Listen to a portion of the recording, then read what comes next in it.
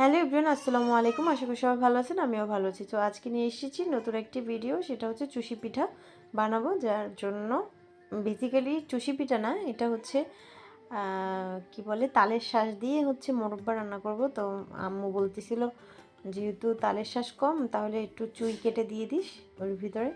তো এই জন্য এখন তাড়াতাড়ি করে এটা করলাম। তো এইটা হচ্ছে আমার পুচকে।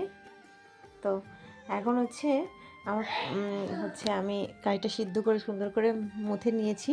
তো মুথে নেওয়ার পরে আম্মু আবার মিঠা মানে সেটাকে কেটে নিয়েছে। তো এখন আমি হচ্ছে মুথে নিয়ে চুই ওর জন্য লতা দিচ্ছি।